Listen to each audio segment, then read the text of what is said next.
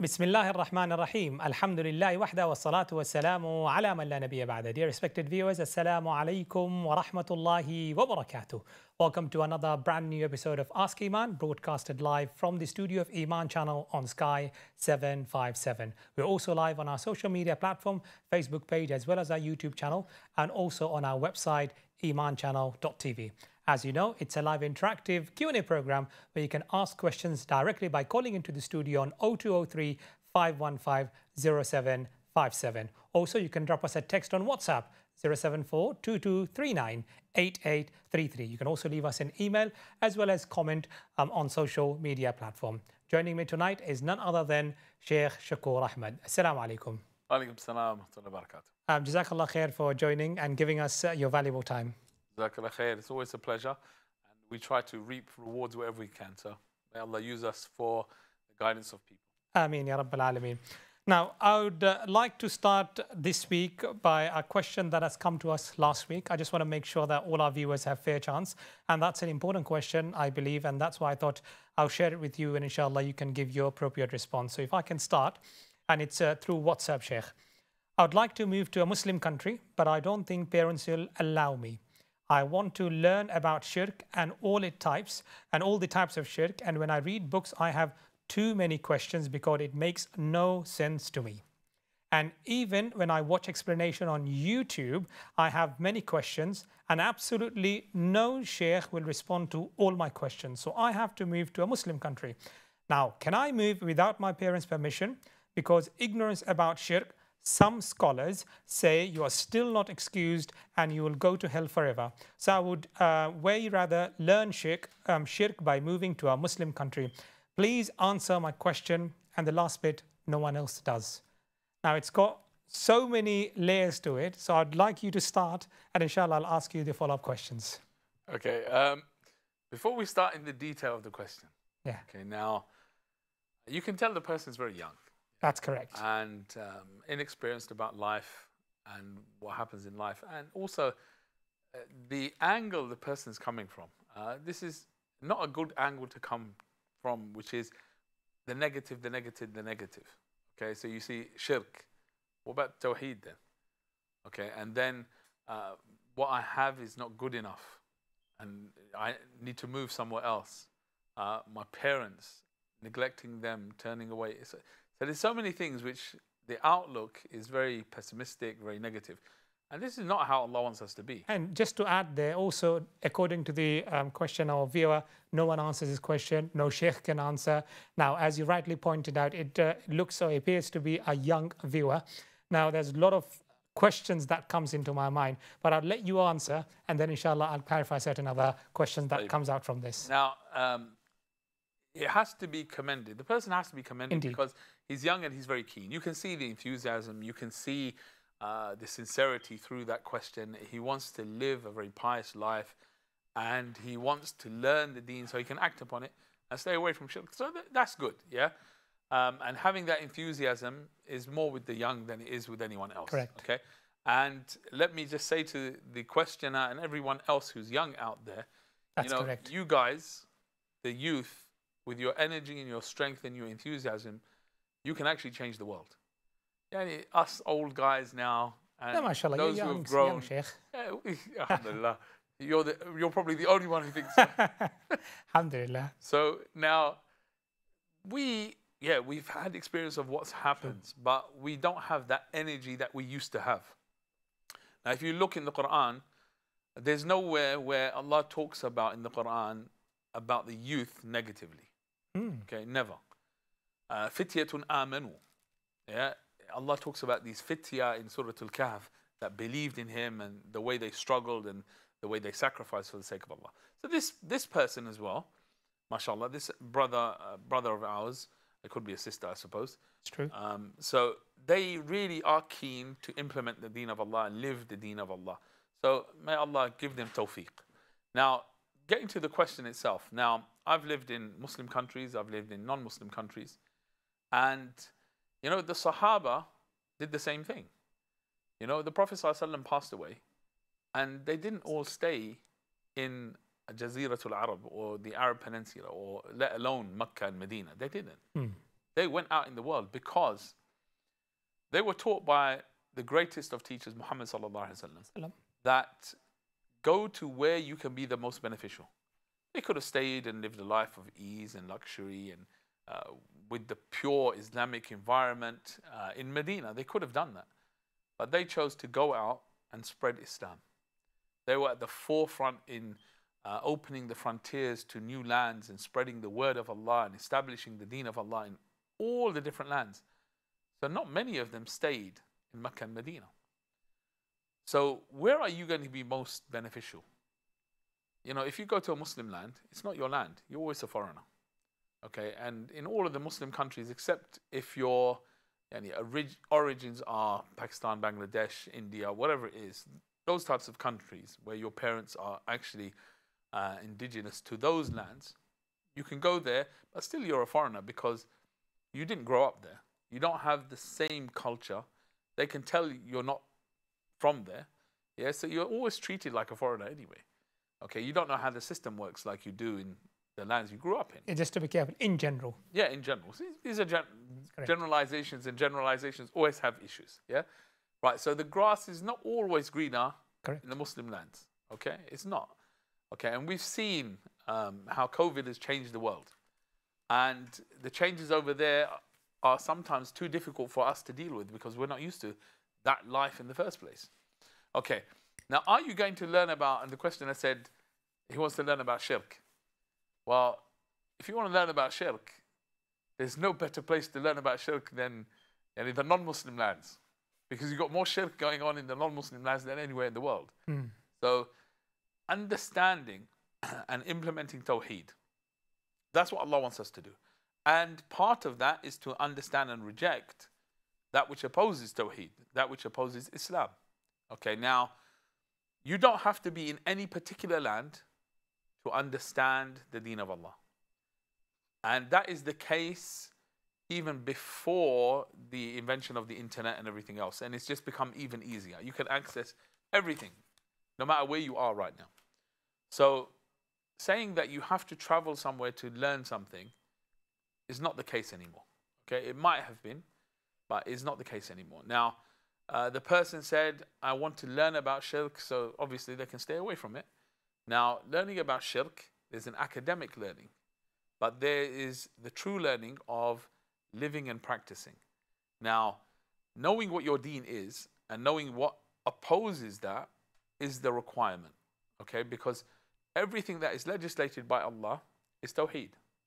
Whether it be believe this, believe that, understand this, understand that, or do this, don't say that, don't say the other. Now, all of this is Tawheed. And falling into the prohibited, even a typical sin you fall into because of desire, is a type of shirk. Because when you commit a sin, so say if someone looks at the haram, for instance, a man walking down the street and he sees a woman, a non-mahram woman, and he looks at her with lust and desire, that look that he held, not the first glance that you can't avoid because someone's walking past you and you don't want to crash into them, etc. I'm talking about the prolonged look out of lust.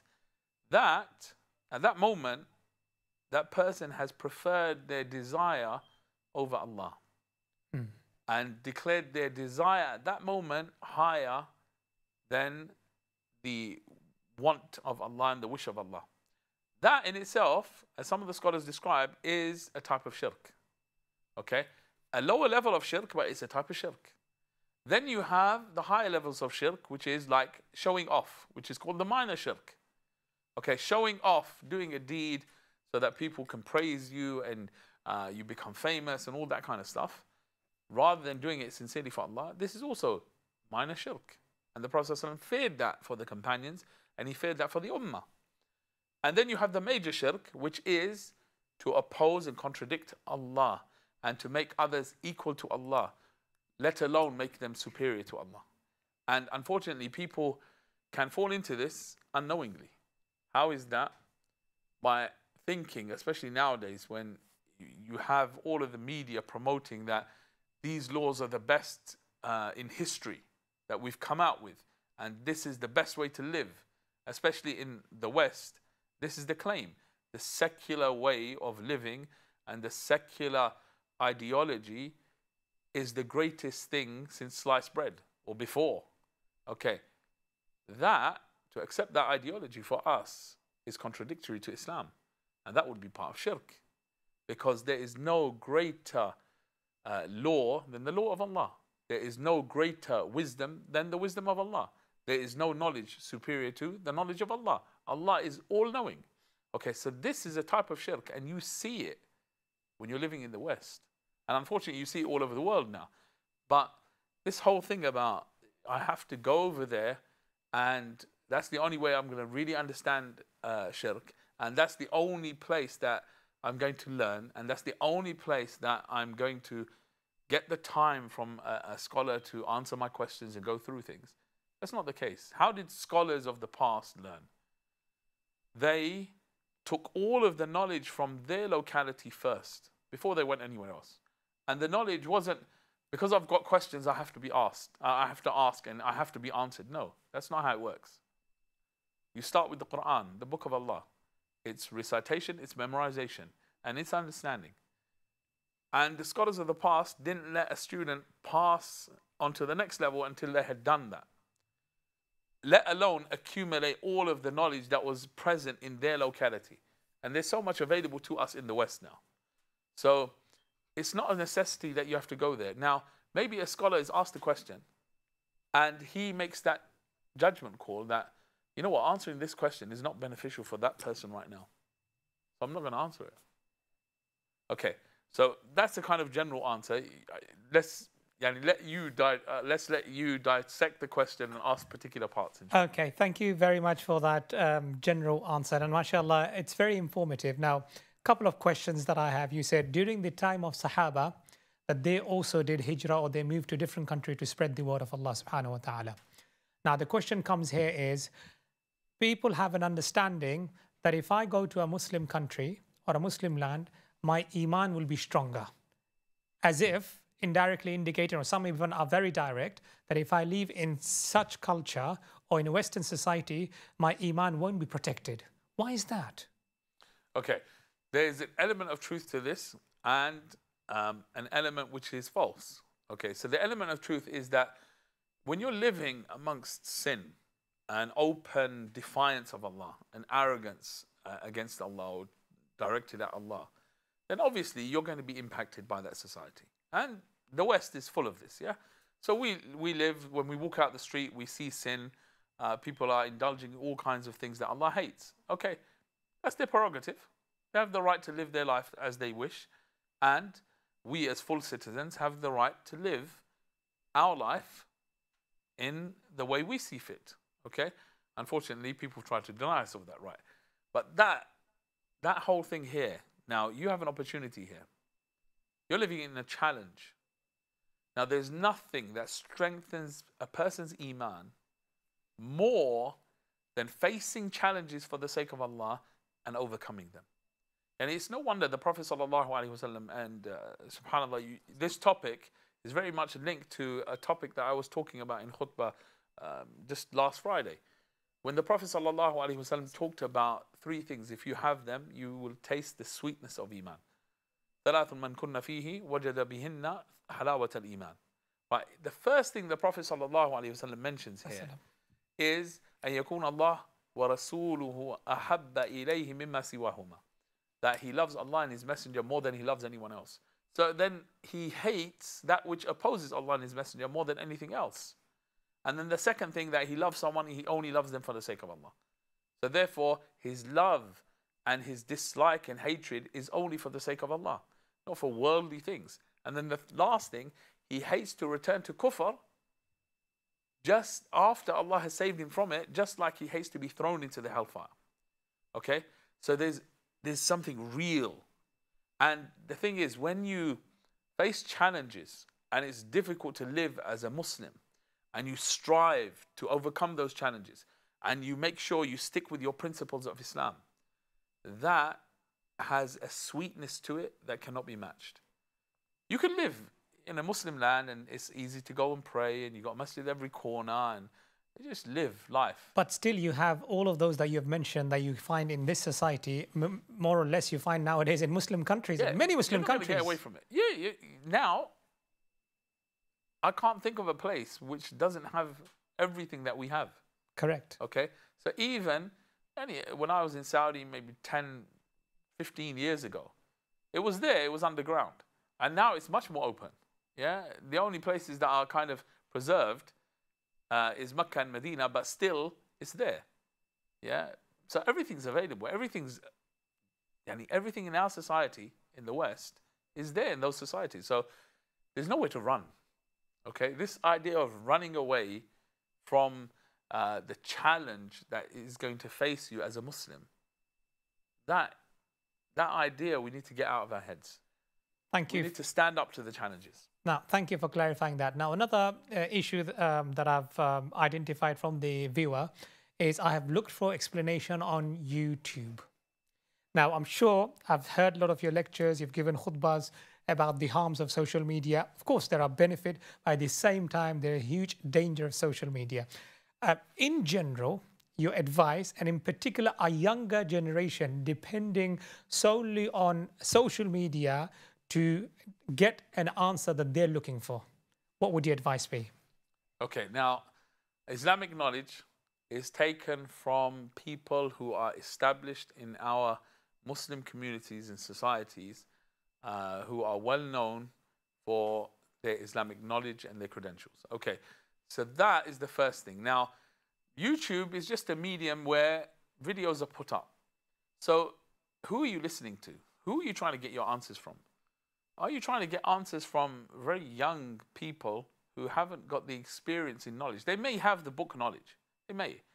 Or may not. Some they don't have. Yeah, that's the thing. But have you looked at their credentials? How long have they been around promoting Islam?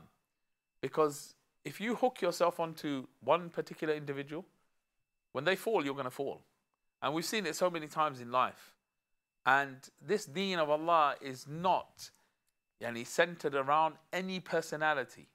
This deen of Allah is centered around Allah and His Messenger.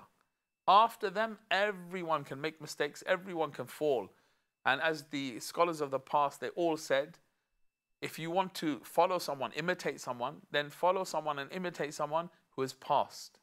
Because al-hayy, the person who is alive, and he's presented with fitan all the time. He can fall at any moment. And unfortunately, in this day and age, we're close to the end of time. Yeah, the Prophet ﷺ said, the end of time, what's going to happen? يُصْبِحُ الْمَرْءُ مُؤْمِنًا وَيُمْسِي كَافِرًا. That person is going to sell their religion for a cheap price of this dunya. And in the morning, they were a believer. In the evening, in that same evening, they're going to be a disbeliever. Okay? So the Prophet ﷺ said, guard yourself with بَادِرُوا بِالْأَعْمَالِ. Hasten towards good deeds that will preserve your iman. Now, when you look at this, YouTube is a medium. Who you're listening to, if you're not listening to established, experienced scholars of Islam and established callers to Islam who have been known for years, who have that experience on top of the knowledge and the study, and who are acknowledged by the scholars of our times and the senior du'at or callers to Islam, then you're putting yourself out there to get misguided, to become misguided, to fall in love with personalities, and your deen's going to be very shallow, and you're going to be like any other groupie in any other cult, and that's not what Islam is about. Islam is about sincerity to Allah, and it takes time. Don't rush. Now, what would your advice be to the parents, especially because sometimes we see that parents do not have a full understanding of what their children's are up to, what they're listening, what they're not listening, what material are they listening, sometimes even when it goes too late. Now, we're not saying about all, but in general, some of the younger generation, especially as an imam, as a teacher, I'm sure you've seen many have got an understanding that they're developed just based on looking or hearing at someone, not even studying, just merely hearing someone saying something and they take it as gospel. That's one angle. And then the parents, they might claim, oh, we're not good with the technology. but they can understand everything else, mashallah, very well. They can run their businesses, they can run their family, they can run everything very nicely. But when it comes to the looking after the children with regards to technology, we see a lot of explanation given. Some may say excuses. What would your nasiha to be to the parents? Okay, yani, parents are busy, but the thing is, our focus has to be on the tarbiyah, or the cultivation of our children, which requires time.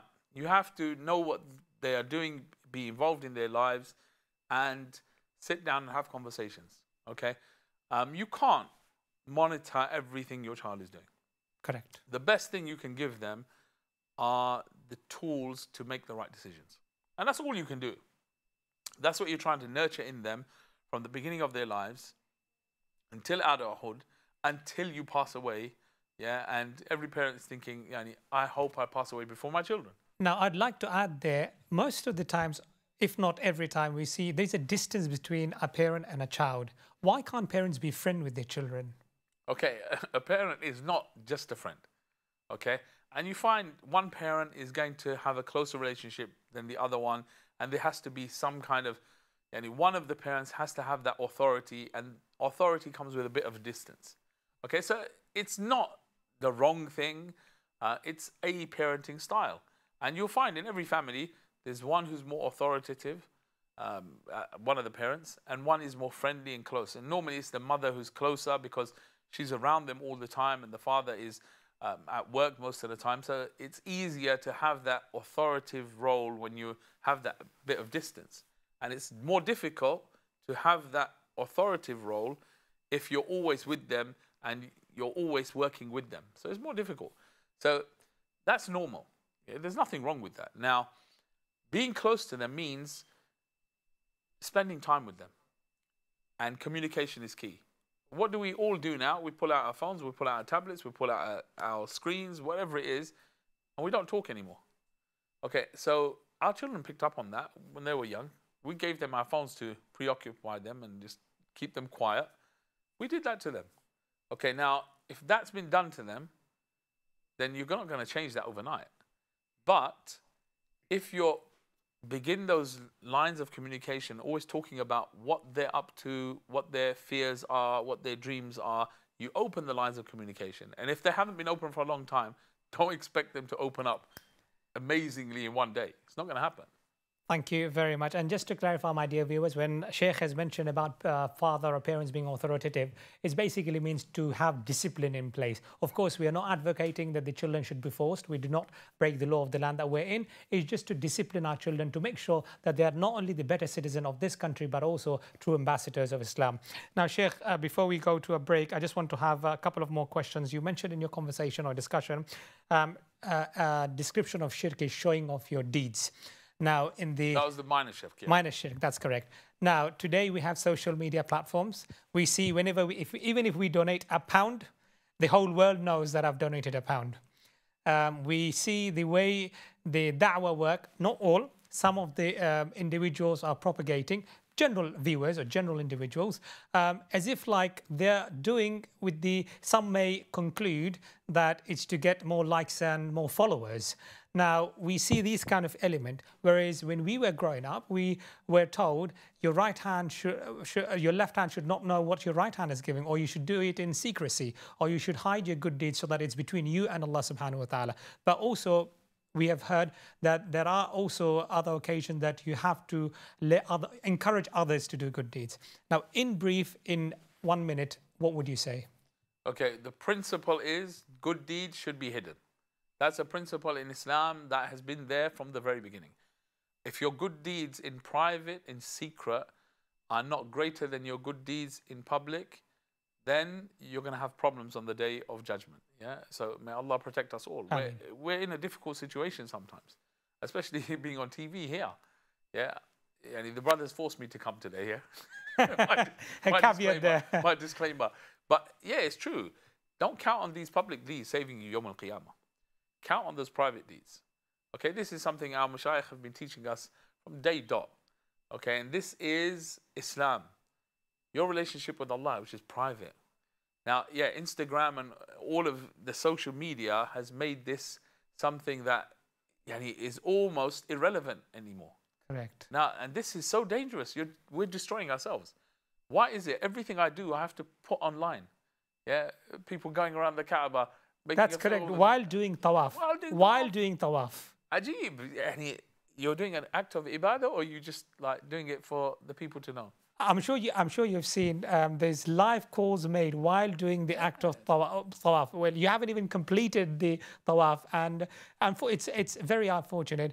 But thank you very much for clarifying those misconceptions. Inshallah, after the break, we'll be getting into more questions now, because a lot of our viewers have started asking or sending messages through our WhatsApp. My dear viewers, we've been discussing with Sheikh Shaqur with regards to what should our youth do, what kind of message do we learn, and how should we learn when it comes to taking knowledge from scholars, taking knowledge from online social media platform, and how should we be also careful that who do we take our knowledge from? And importantly, Sheikh has also given nasiha to our parents, what should we do to ensure that our children are better disciplined and our children better represents Islam in a better way, so that they can be the future leaders of Islam. You're watching Ask Eman live on Eman channel on Sky 757. Inshallah, after the break, we'll be taking your phone calls live and we'll be answering your question on WhatsApp. Thank you very much, and we'll see you soon.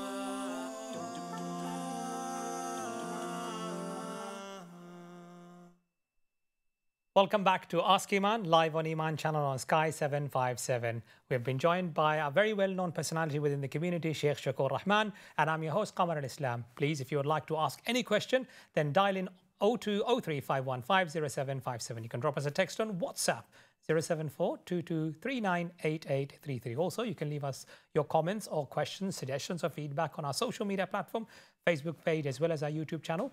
And we are also live on our website, imanchannel.tv. Inshallah, looking forward to your call. Sheikh, let's start with the questions on WhatsApp. I've already started coming through.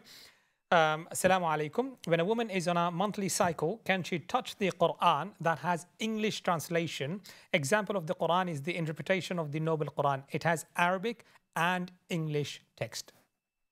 Wa alaikum salam to the sister who's asking the question.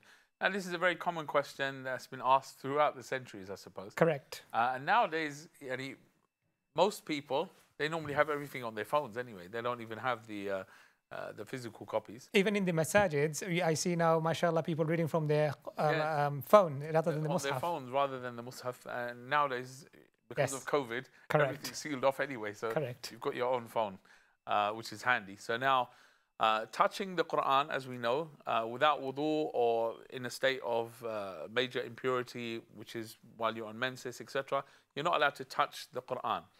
Now, the Noble Quran, for instance, you have the Arabic text, the Quran itself, and then you have, most of it is the English, and you have either the translation and then you have footnotes, etc. So it's counted as a book of tafsir more than a mushaf or copy of the Quran. So touching it should be touching only the English parts. You should never touch the Arabic text if you are not in a state of wudu, even on that translation. If you're not in wudu or you're on menses or in janaba or anything like that, major impurity or even minor impurity, you should not touch the Arabic text. But touching the English is perfectly fine. You can do that.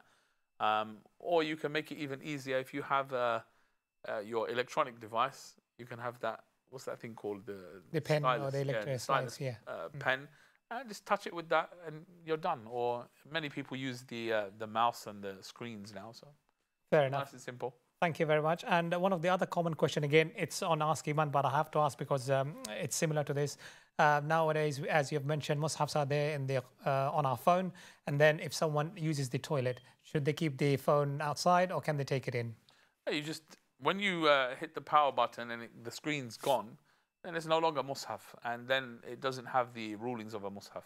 It's only carrying the rulings when you have the Quran displayed on it. So once you've switched it off or you've moved to a different app, then it doesn't have the rulings of Quran anymore. Thank you for that. Next question. Assalamu alaikum, Sheikh. I would like to know if competitions where you pay to enter to win money or cars, etc., is it haram or halal? As people say, it is the same as the lottery and it is haram. Please clarify. Okay, so these are competitions like you hear about a lot. Either you phone in or you pay a certain amount of money or you do it some way where you end up paying. Okay, when you are giving some money like this to enter the competition, then it becomes not allowed because it's very similar because it's money for money with a difference. So it comes under those rulings of prohibition. If, however, you could enter the competition, which some of them have, you can send an email, which is free. You send the email in and then you get put into that draw. And if you come out as the winner, then you get the prize. Okay, so if you're not paying to enter the competition, then it's okay for you. Okay, but as soon as there's payment, and when you phone, they charge you a premium amount. So it's basically you're paying money for it.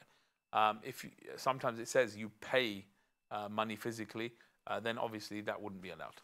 Thank you very much. Hope the answer is clear to you. And if you have any further questions or if you would like to find out more details about it, then please call in on 0203 515 0757. Next question, Sheikh. Assalamu alaikum. Is it permissible to donate stem cells? Okay, stem cells, when you donate stem cells, you're not negatively affecting yourself. It doesn't harm you. So there's no issue in the sense of you're going to harm yourself, and there's no issue in the sense that I'm actually bringing benefit to others, so that's not a problem. So all of that's okay. If it's possible to know the person you're giving to and know that they're a good person, etc., that would be even better. But in general sense, there's nothing prohibiting you from giving those things which can help others, because it doesn't negatively impact you. Thank you. Next question. How do we make the happiness of Allah subhanahu wa ta'ala the purpose of all our actions? This is a huge, huge question. Very true. Right. First and foremost, it's about sincerely living the reality that I am the slave of Allah and nothing else.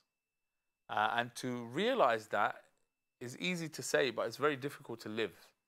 And that statement of the Prophet ﷺ that I mentioned a little while ago, where he said that 3 things, if you have them, you will taste the sweetness of Iman. The first thing was that you love Allah and His Messenger more than you love everything else. So if you actually love Allah more than you love everything else, you jump to the service of Allah and His Messenger.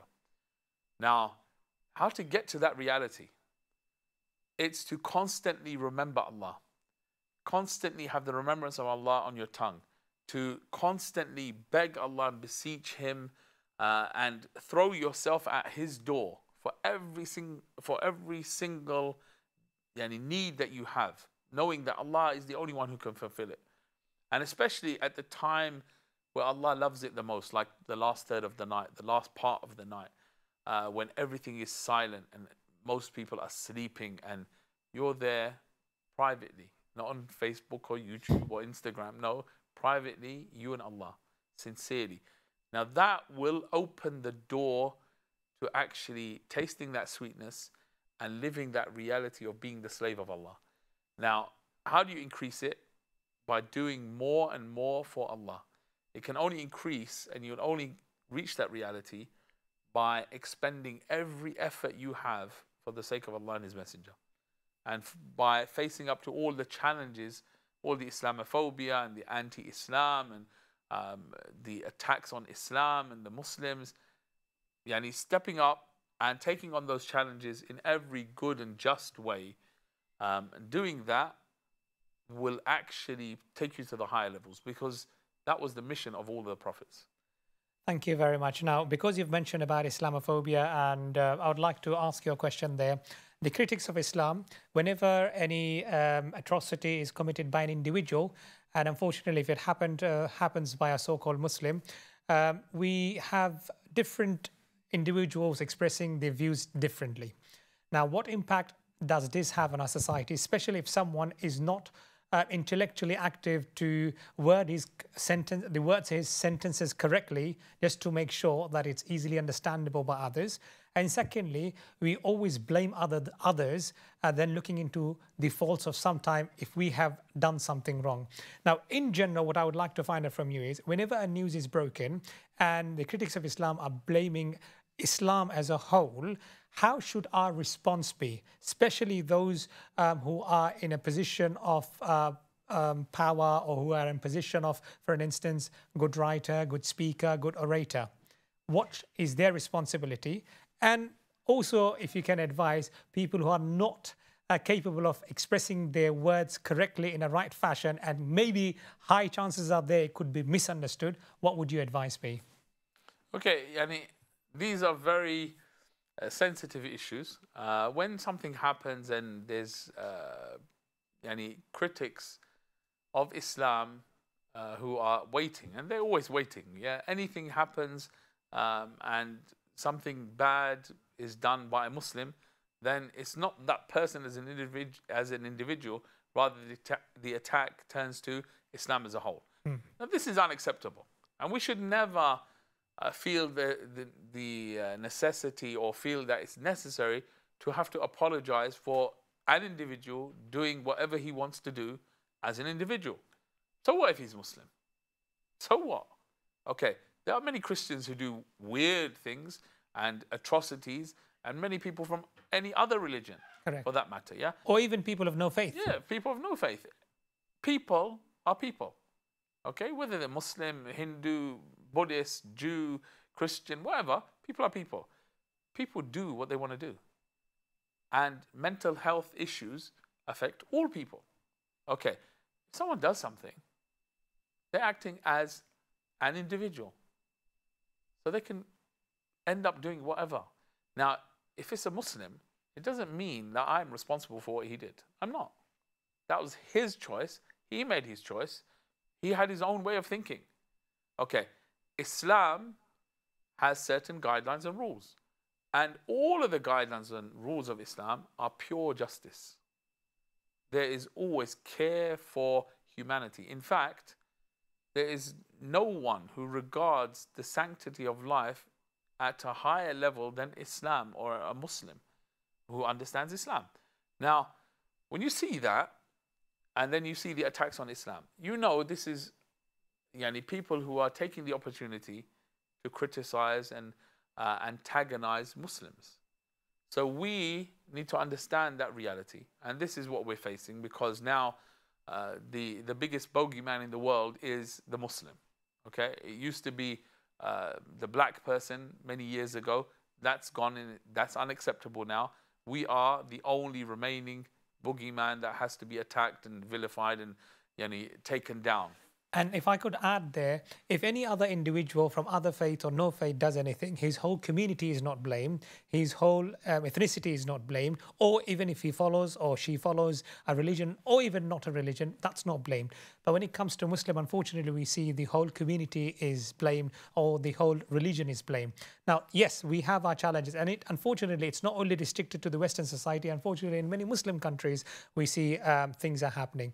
Now, what would your advice be, especially to these individuals, first of all, that who do not know how to articulate their words and just write whatever comes into their mind or say, and then makes the whole community as if like we are promoting something that is against not only the country that we live in, but also against Islam?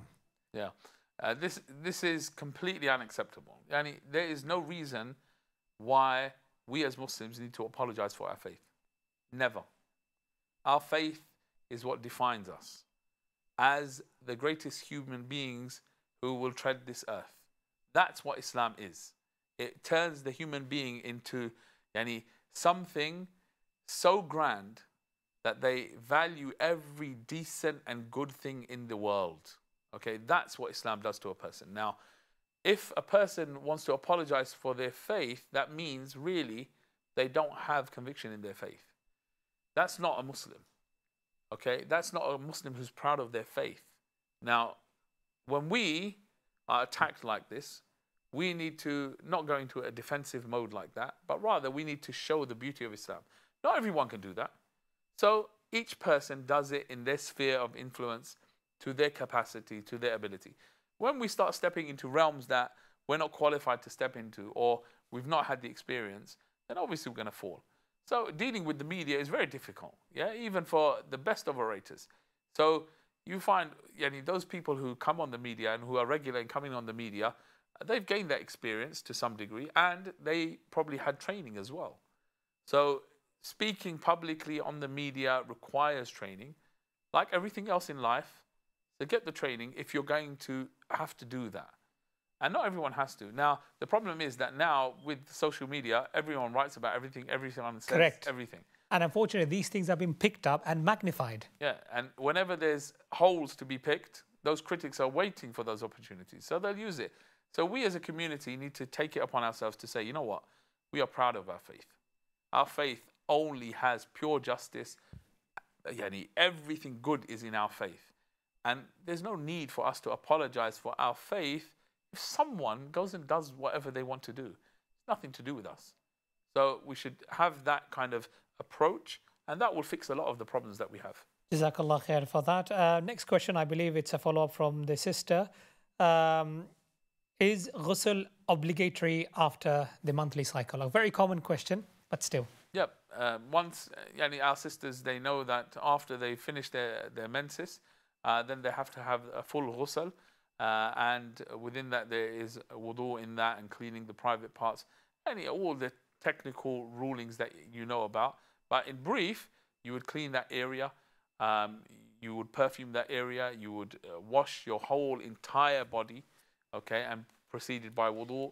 And then after you've done all of that, then you're clean and then you're ready to pray. Jazakallah khair for that. Now, before we move to any further question, I'd like to remind our viewers that you can call in directly to the studio on 0203 515 0757. You can drop us text on WhatsApp 074223988833. But as always, the presidency will be given to our viewers who call in directly live into the studio. We are also live on our social media platform on Facebook and YouTube channel. So please don't forget to like, share, comment, and subscribe to all our social media platforms. Now, Sheikh, moving back to our initial discussion that we had in the first segment, and you have touched upon how we should be taking knowledge, from who we should be taking knowledge. Also from that viewer's question, there is one thing I've noticed, that there is a gap between the person and the parents. For instance, the child or the children want to do something, but the parents have a different opinion. Perhaps parents have got experience, more maturity. They would definitely see something better, or they would always want betterment for their children. Now, as a child, as a young person, we always think if a parent is trying to do something differently, we think they're against us. Now, what would your advice be to a young generation, that obeying our parents and listening to our parents, at the same time obeying the hukm of Allah subhanahu wa ta'ala, both has got its position in place? How should they take these things into consideration and understand these in a constructive manner? Okay, because we live in the West, no one likes this word obey. No one. Okay, let alone children. Okay, so let's phrase it differently. Okay, how can we phrase it so it's more palatable to everyone? Right, Allah wants us to love our parents more than we love anyone else in the world. Okay, and He wants us to love Him and His Messenger more than we love even our parents. Okay, so after Allah and His Messenger, it's our parents. Why? Because of all the things that they have done for us, all the sacrifices, that which we can see and that which we can't see. So now, it's love that motivates us to engage with our parents and find compromises with our parents and be good to them. And parents, we really don't understand their value, and you won't ever understand their value until you become a parent. And by that time, it's too late.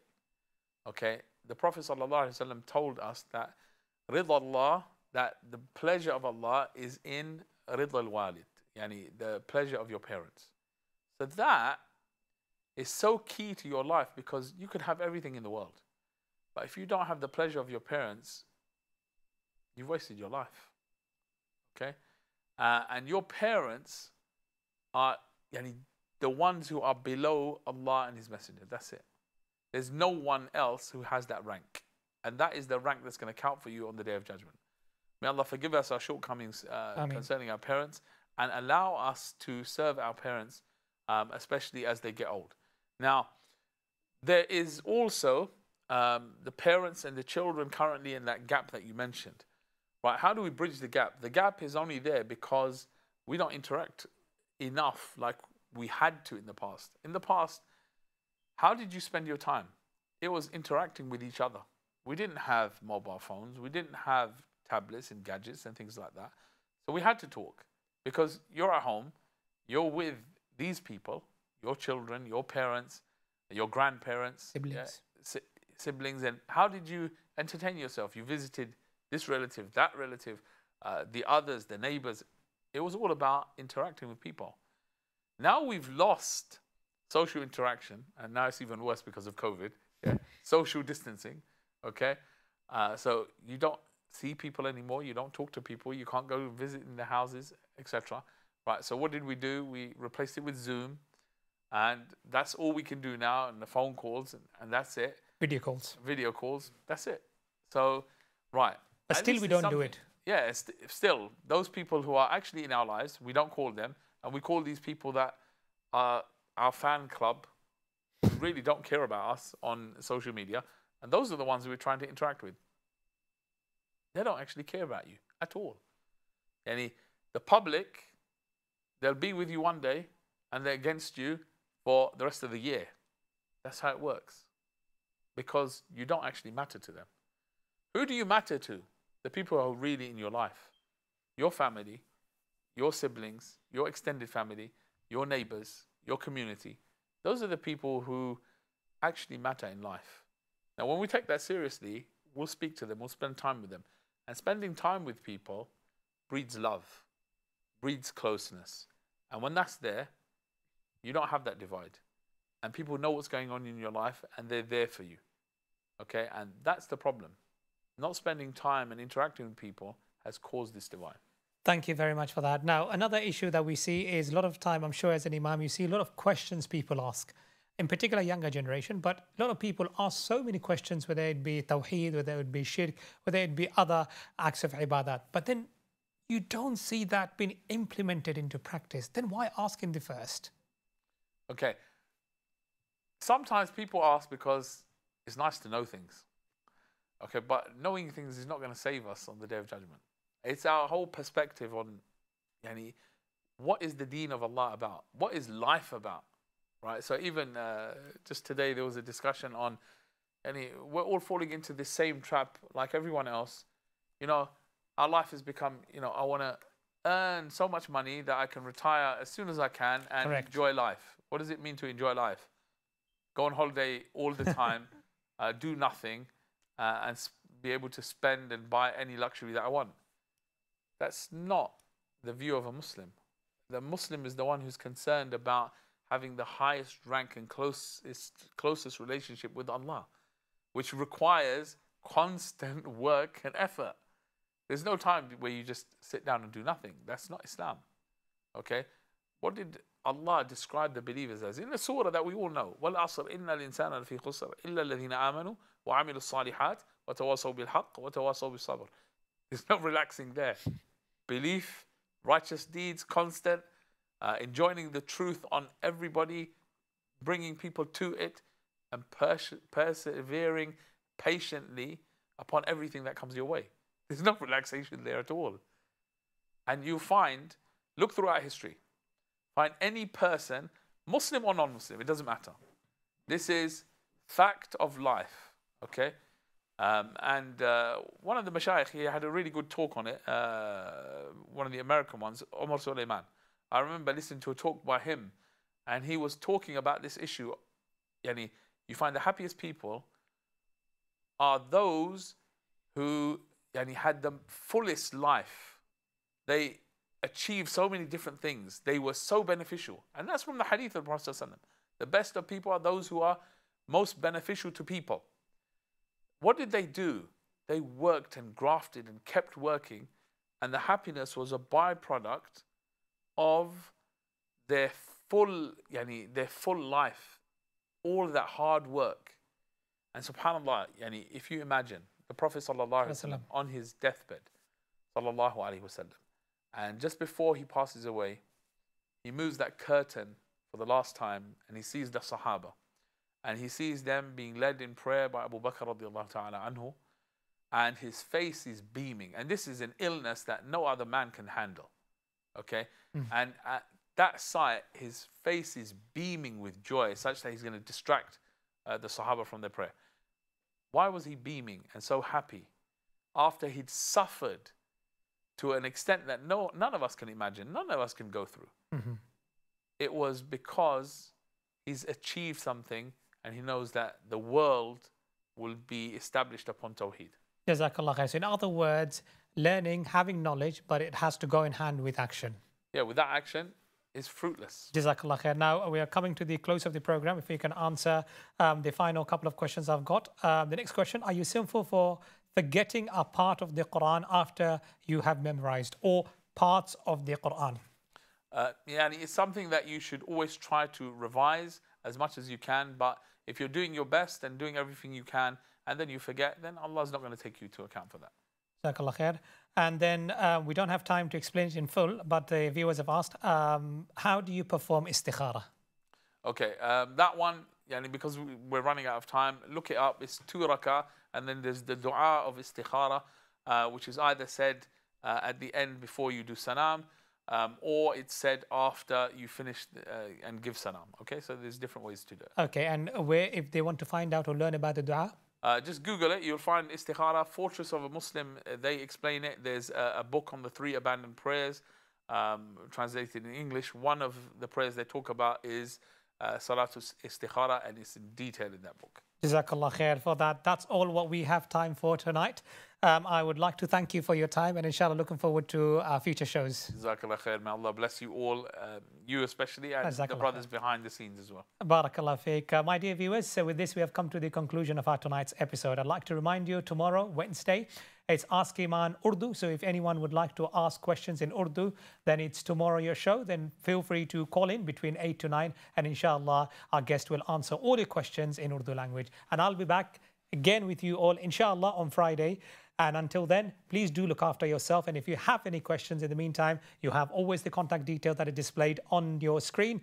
And at the same time, the videos will be available on Facebook as well as YouTube channel. So please feel free to share and subscribe the Facebook page, the YouTube channel, Instagram page, as well as Twitter handle. That's all from us for tonight. Inshallah, we'll see you on Friday. Until then, subhanakallahumma wa hamdik, nashhadu an la ilaha illa ant, نستغفرك ونتوب إليك والسلام عليكم ورحمة الله تعالى وبركاته.